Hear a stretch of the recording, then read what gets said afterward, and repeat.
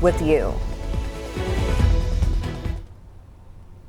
Rise and shine. The time is now 6 a.m. Go ahead, get that sleep out of your eyes. It's time to get back to work and school. Good morning to you. I'm Wanye Reese. And I'm Adrianna Hargrove. Audrey Bisk has the morning off. Let's start off with a live look from my home state, Myrtle Beach. South Kakalaki representing this morning. Some folks probably getting those final steps in on the beach because it's time to get back to work. But maybe you have a lot of PTO, so you might be taking the whole entire week off. Yeah, absolutely. We definitely hope that people have enjoyed their holiday off. Now let's turn to meteorologist Brian Slocum. And Brian, that fall feeling won't last long this week, though. No, it's going to start to warm up too. By the way, we're mean people because we're showing people the beach when we're all going back to work and school today. So. We're not being mean. We're showing you if you keep that's on working, that's just wrong. Then you can pay off that vacation, right? There you so go. many levels, just unacceptable behavior by your morning team. We apologize.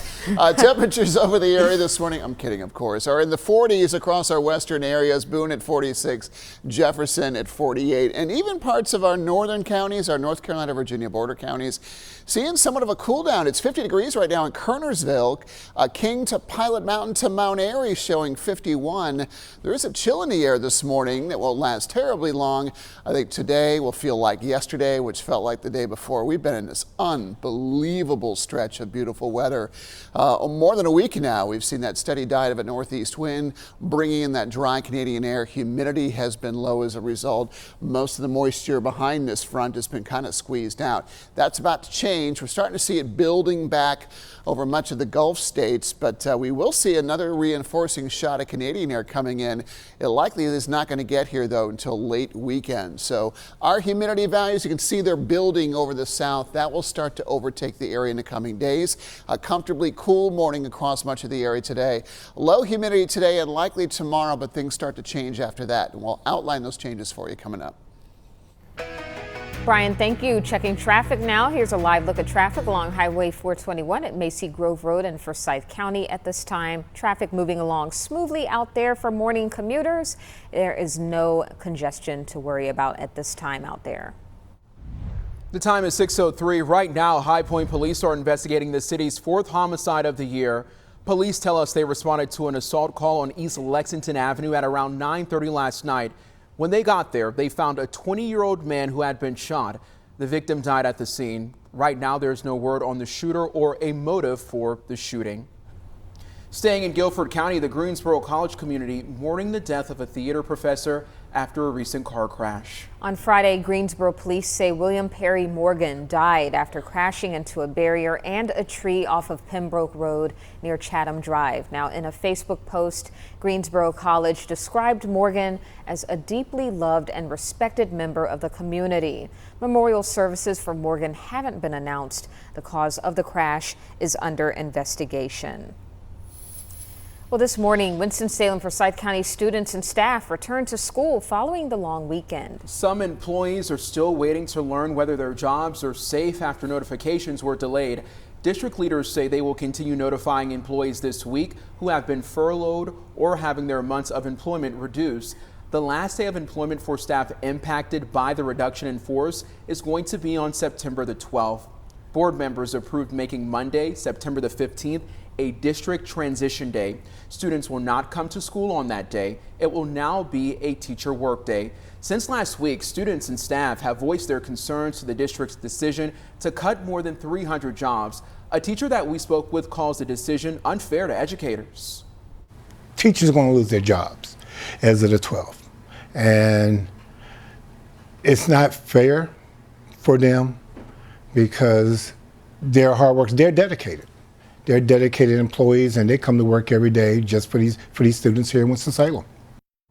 School board members approved these reductions in an effort to save more than $18 million needed to balance this fiscal year's budget.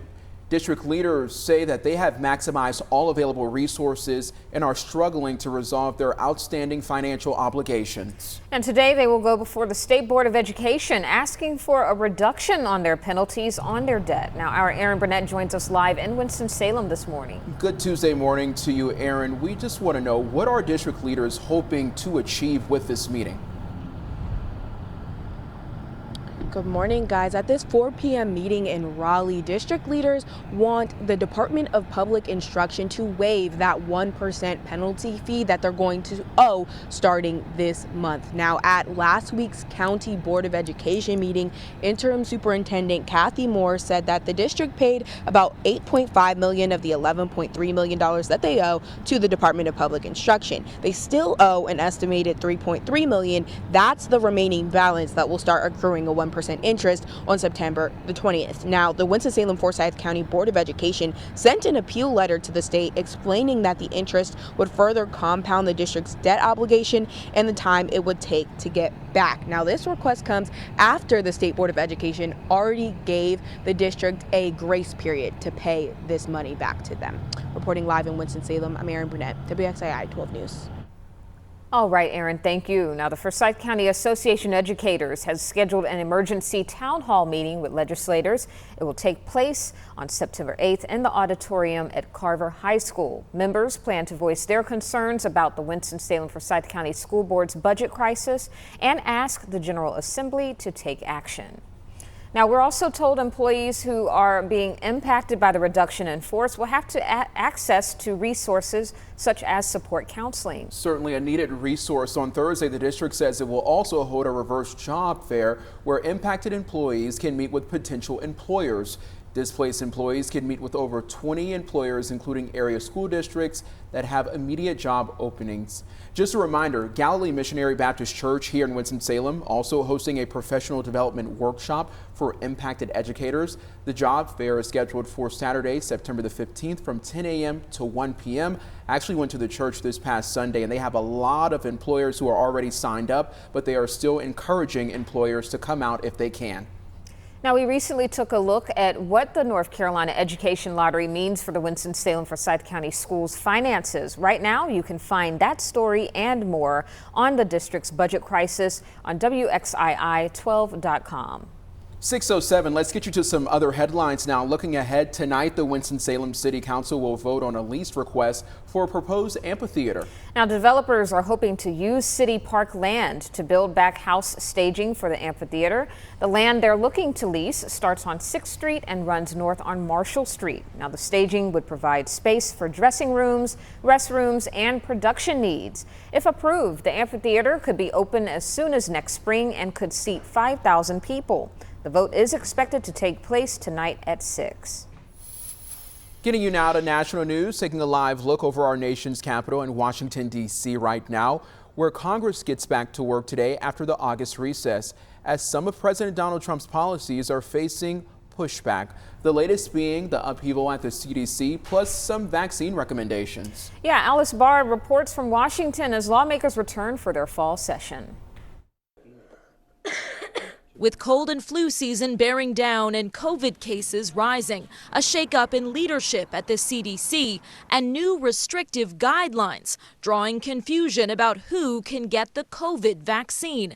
President Trump now weighing in, urging companies to justify the success of their various COVID drugs, to, quote, clear up this mess one way or the other, appearing to call into question the effectiveness of the vaccines initially developed during his first term in a fast-track process he's long praised. Operation Warp Speed, people say, is one of the greatest achievements ever. That as 9 former heads of the CDC slammed Health and Human Services Secretary Robert F. Kennedy Jr. in a New York Times op-ed, saying he's, quote, endangering every American's health, and sharply criticizing his firing of CDC Director Dr. Susan Menares, who they say refused to, quote, rubber stamp dangerous and unfounded vaccine recommendations. 4 other top CDC leaders resigned in protest over the firing, one speaking out on NBC's Meet the Press. There is now an irresistible force that is going to make it impossible for CDC to maintain the validity of its science against ideology. Lawmakers back in Washington today preparing to press RFK Jr. for answers in a hearing Thursday. This is contrary to what the secretary said he was going to do, which was follow basic science. I don't see him ignoring the science. I see him asking the hard questions. A high-stakes battle raising serious questions for the nation's public health. With the new COVID vaccine guidelines narrowing approvals to seniors and younger people with high-risk conditions, CVS is requiring a prescription in 13 states and D.C. and not administering the shots at all in 3 states for now. Walgreens only saying it's prepared to offer the vaccine in states where we are able to do so. In Washington, Alice Barr, NBC News. Time now, 6:10. Jackpot dreams still alive. Millions of Americans are hoping to strike it rich and hit those numbers after there was no billion-dollar Labor Day Powerball winner last night. I had a feeling this was going to happen, Adrianna. Me too. Me too. Now, the Powerball jackpot has jumped to $1.3 billion. Wow. And this was after no ticket matched the lucky numbers. While the largest prize went unclaimed, at least 2 tickets sold in Montana and North Carolina, all right now, won $2 million, according to the Multi-State Lottery Association.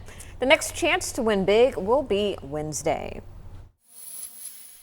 It's not over till it's over. We see all kinds of things happen.